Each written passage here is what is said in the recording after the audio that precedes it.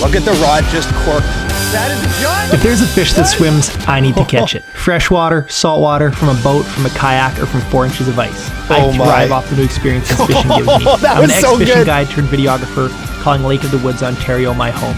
I'm Jay Siemens, and this is the Canadian Angle.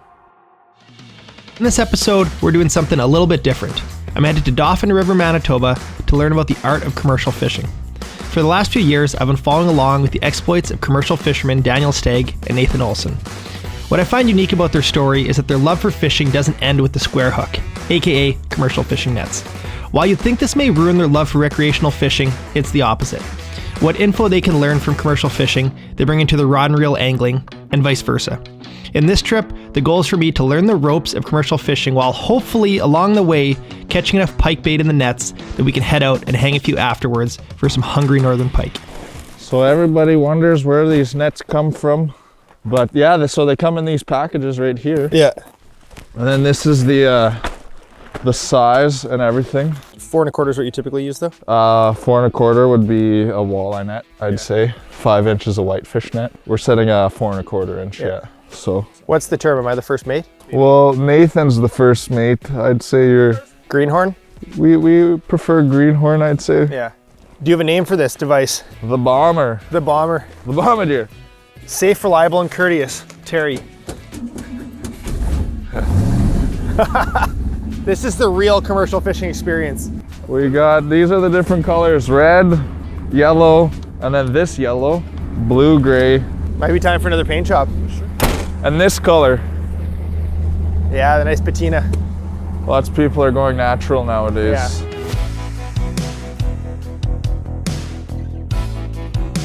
Look at the size of that auger. How many inches is that? 18. 18? 19. Wow.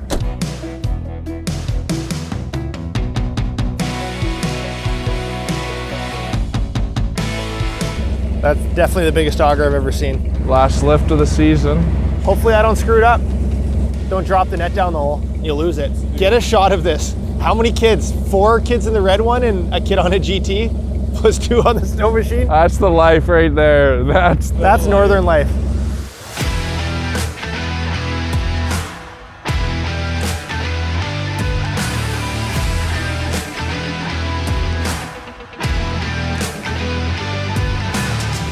All right, so first of all, we start off and we drill a 20-inch hole here. What am I doing? The green man stuff. Shoveling. Don't worry though.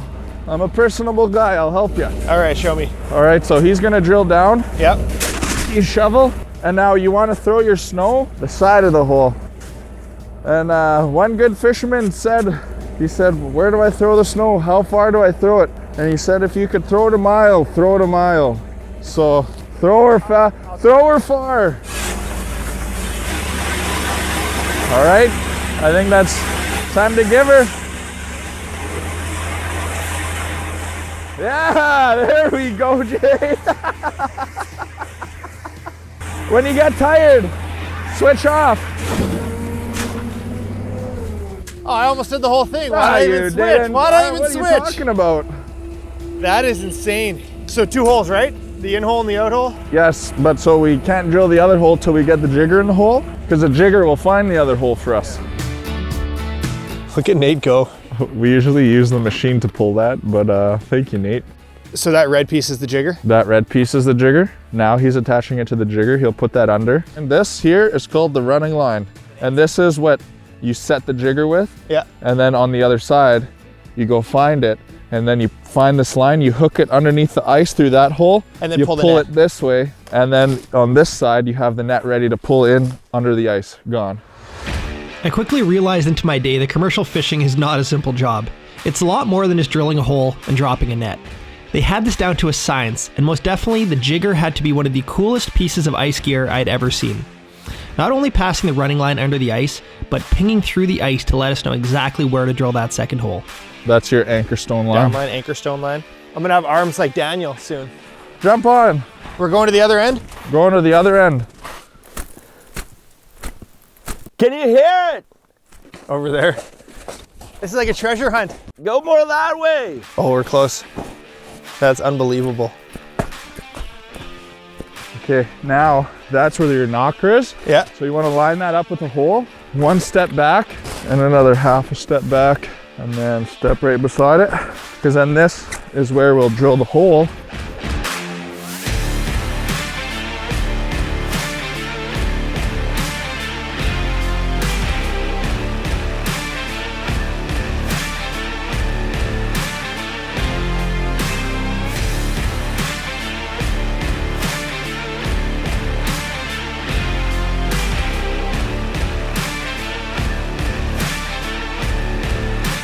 He's pulling in through that hole. He's gonna pull it this way, or it doesn't matter which way he pulls it. It's just pulling the net. Yeah, he's just pulling the net through there. And there's just lead weights on the bottom here. That'll rest on the bottom. Lead, yeah. And then you have the float. Do they always rest on the bottom? Like, Yeah, is that? right on the bottom. I'm not doing anything. Sorry, this net's how long in total? 100 yards? 100 yards, yeah.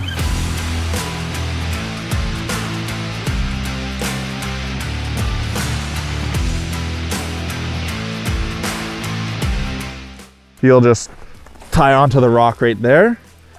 And There you go. Does the rock need to touch the bottom? freezes, yeah, sits right on the bottom. In shallow, when you're setting shallow. In the deep, you could hang them so that way your nets can drift with the current. And Really? yeah. So how long will you let this soak now? How do you decide? That, depending how hot and heavy the fish is, we'll probably do like 24 hours. That's it? That's it. If fishing slow, Yeah. 5 to 7 days. Do the nets actually break from too many fish? Is that a thing or not really? No, it's Just a big fish would do it. Just a bit. One big fish will just rip right through it. Yeah. And what pound is that test? 6 pound. Oh, really? 8 pound. What's more physical, the setting or the pulling nets? Definitely the pulling. Yeah. Yeah, setting's nice and easy. So I was a little bit slower than normal. You know, Jay, I would like to be easy on you, but you were brutal. Thank you. You were slow. You know, I don't mind if guys are slow, just as long as I see them working hard. And it wasn't. And you weren't.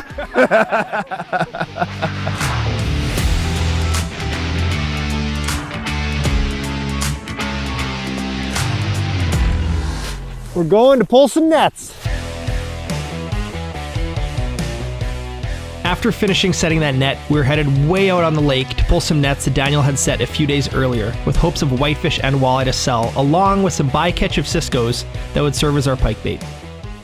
They just roam throughout this big mud flat here. So this is, the goal for this is whitefish, but probably get a bit of everything in it. Yes. And everything in the gill net dies. No. So 24 hours, most of the fish will be alive. Every fish will be alive, especially in the wintertime. Summertime, they'll die. Okay. So summertime, they'll die within a couple hours.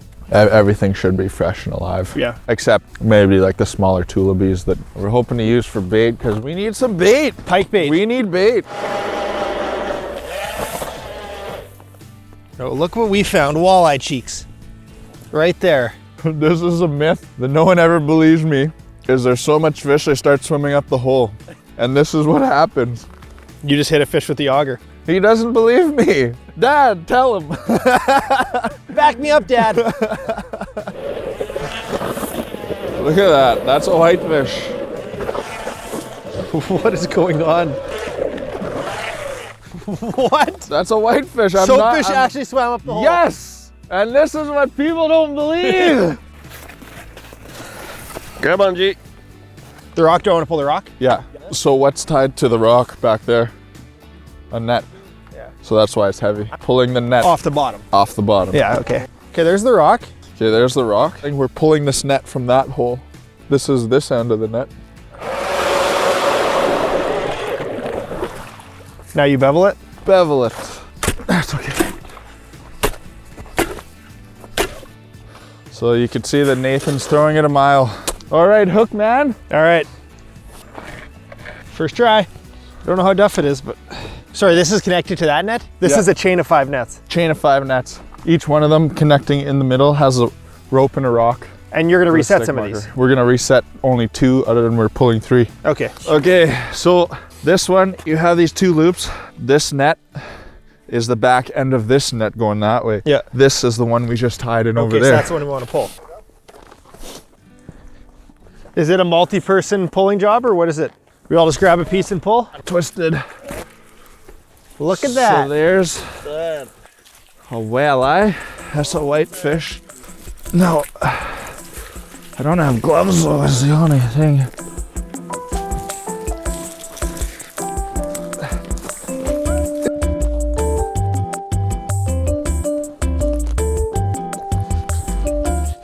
No way. This is fast.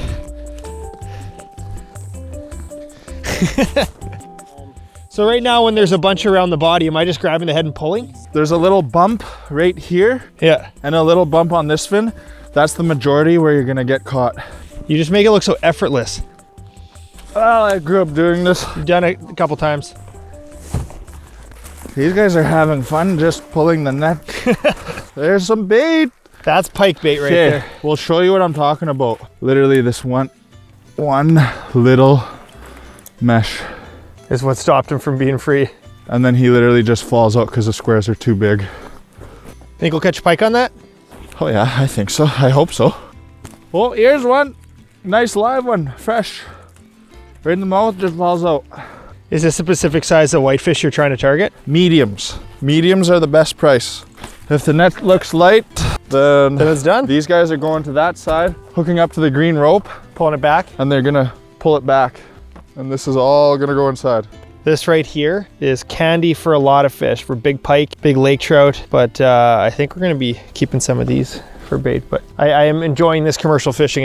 I've never experienced anything like this. That's probably the most fish I've ever caught in 10 minutes.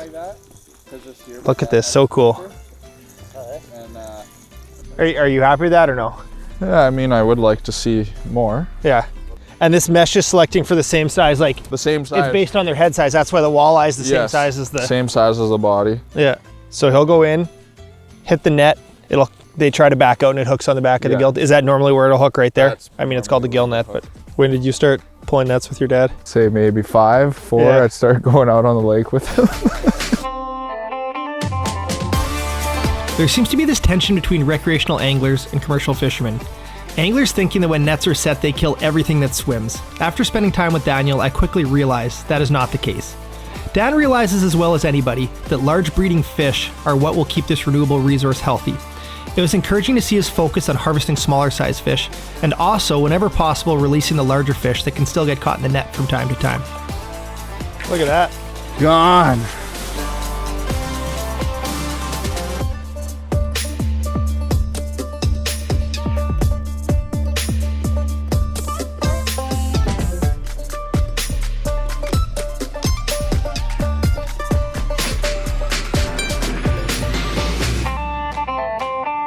But this hasn't ruined rod and reel fishing for you yet? No, never. It probably, you probably find good fishing spots because of netting, and you find good netting spots because of fishing, right? Yeah. Some of the biggest fish don't get caught in nets. Yeah. Do you believe that? I 100% believe it. Yeah.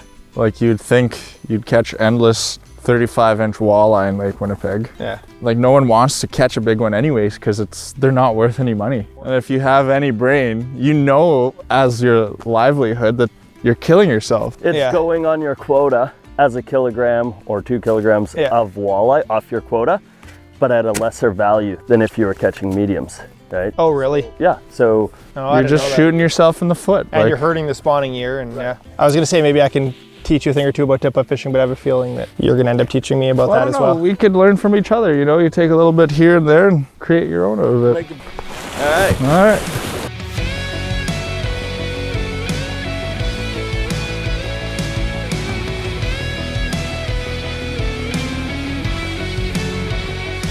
Your ears I'm gonna are wait till too it sprays. little. I'm gonna wait for that.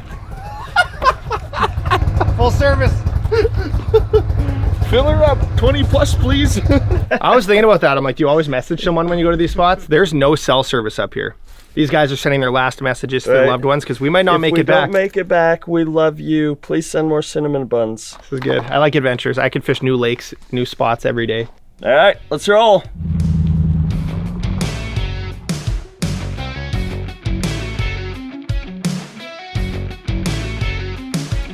Lake Winnipeg is synonymous with big greenback walleye, and while that is a world-class fishery, my interest has peaked in recent years seeing the northern pike Daniel and his crew have been catching in the North Basin. This is a massive lake, and definitely not to be messed with, but when the lake is flat and frozen, it allows anglers to get to these remote tributaries where these pike stack up in the spring as they're preparing to spawn. She ain't that deep here. No? I think what we're looking for is about 4 feet under the ice. Yeah. That auger's is Olson. Crossing our fingers we don't hit sand. We might hit sand. Oh man, That's not good. I have water underneath. Woo! It's probably 2 feet of water under the ice, 2.5. Good, perfect. As long as that pike isn't deeper than that, we should be okay. As long as he's not that tall. Do you want to throw one in here, or what do you want to do? Absolutely. I think so. One of the best ways to target pike under the ice is a set line with a piece of meat on something called a quick strike rig. The fresher the bait, the better, and in this case, I don't think we could have found any fresher. It didn't take long after setting our first few lines, and things started to happen. I don't know whose eyes are the best here, but we have a flag. Do we actually? Who can spot it first, Nathan or Jay? It's like an Easter egg hunt. This is fun. There's actually a flag up right now? Is that it? Yeah. See that little chunk of green? All right. Oh, he's stuck in line. Oh, whoa. Well, set him. Set him. Wow, there's a lot of stretch. I think he's swimming towards me. Wow, he came in so fast. There was zero fight from that fish. He just came up like a medium. We just get spoiled here, but like a 34 to start the day. Are we gonna catch one small enough to eat? Thank you. We're just gonna reverse her back down. Well, first flag, but that was the deepest hole, so maybe we're onto something. True story. It's all right, we have a modus operandi. That means a big pike spot in Latin. That's pike speak for we know what we're doing now.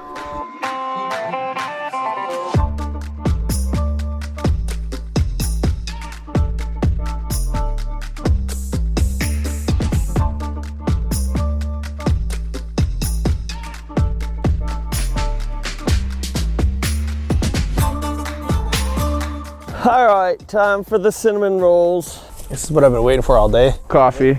And a 45-inch pike. For that.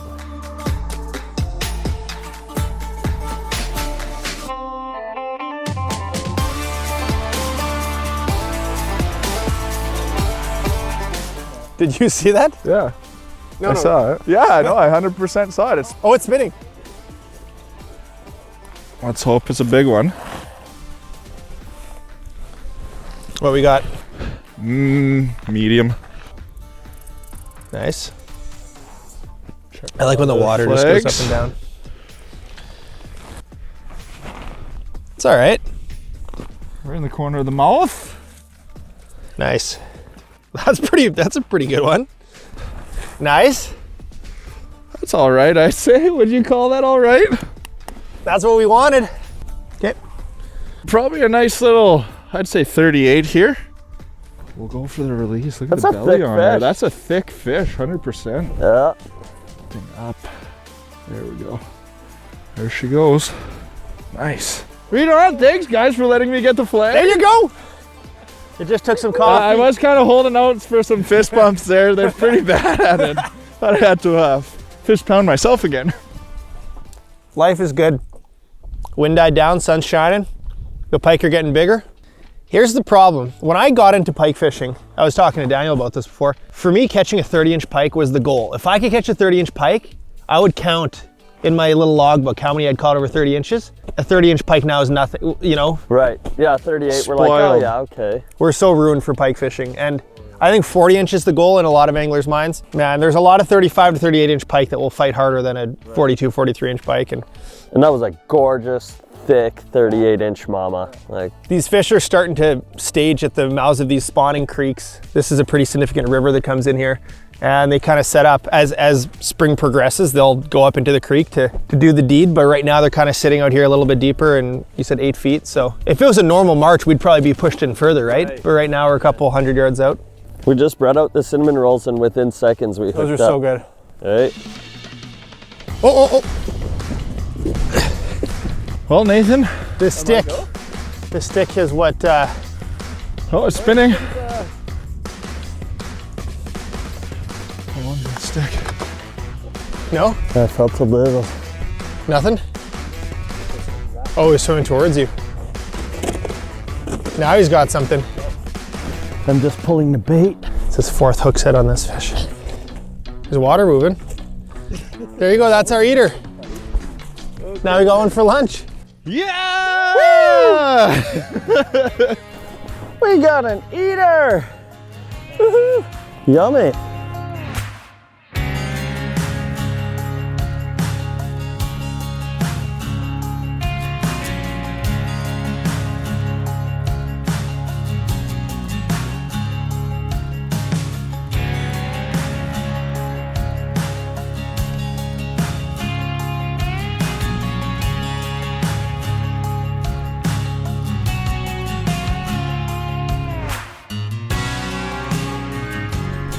Here's a flag.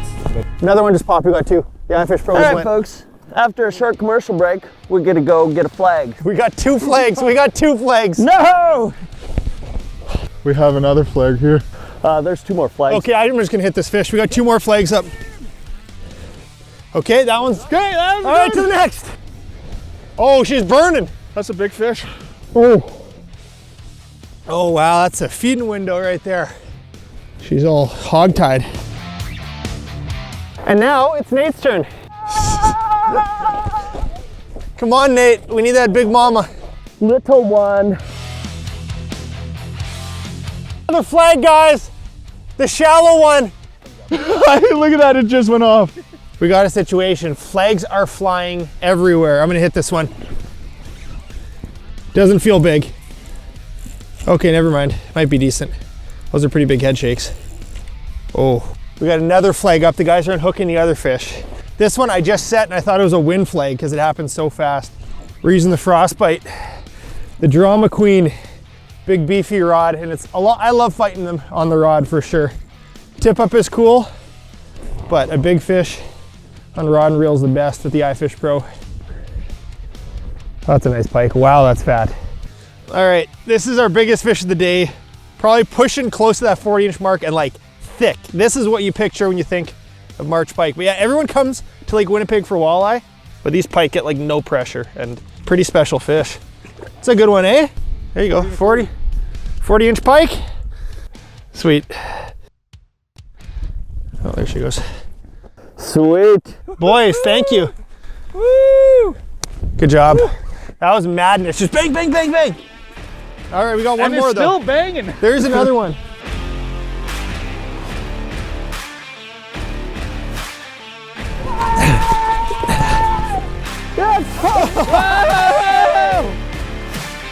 The fishing just got better. It was electric. Probably the craziest part of this was Daniel and Nathan stating this was a slower than average day.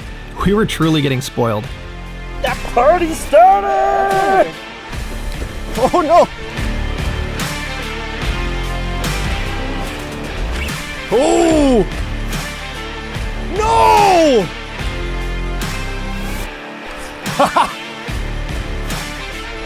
Redemption. There you go, Dad.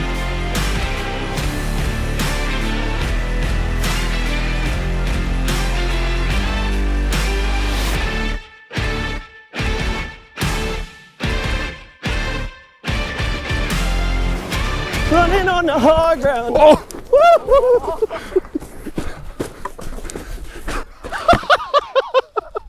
I was like, haha, Nathan fell.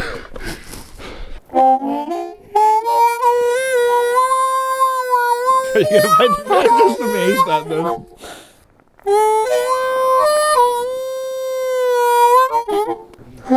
The pike blues.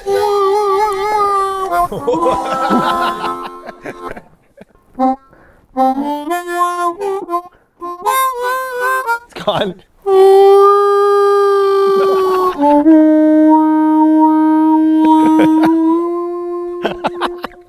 Is it off? Are you sure it's off? That was actually I kind of like that. Like I could get into that. Now I'm just sad inside. That one did feel big. No, I'm choked. It was big, yeah. Yeah. Quite frankly, we have a flag. Again. Really, where? Yeah, right behind me. Here, Nathan, you go.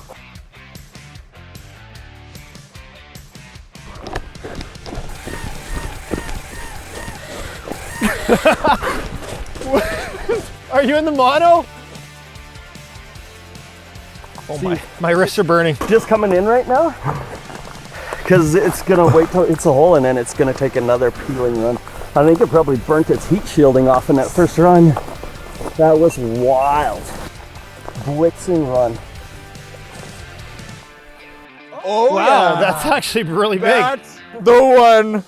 That's the one. Oh, come on. There we go. This is 50 inches. Woo! There we go! That is a tank. That is what we came here Look at the noggin for. on that thing. 43. Wow. 3.25. Man. One more look. Oh, That's the fish, buddy. That's it. The money fish. Wow. Oh, so There we go. There. I don't really weigh pike, but that's got to be close to 20 pounds. Easily. Oh yeah, for sure, all day. Let the lions out. See you later. We did it, boys. Mission complete. Because it's because So that good. song. That So song. good. It was the harmonica playing. Wow, what a way to end the day.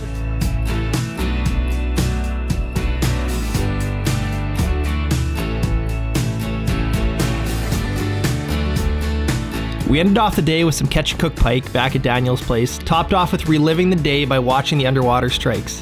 Daniel and Nate are great ambassadors of not only commercial fishing, but the sport of angling as well, and all around amazing human beings who I certainly hope will take me fishing again. Yeah, that was the one. That was good. Oh my goodness. Oh, sick, dude.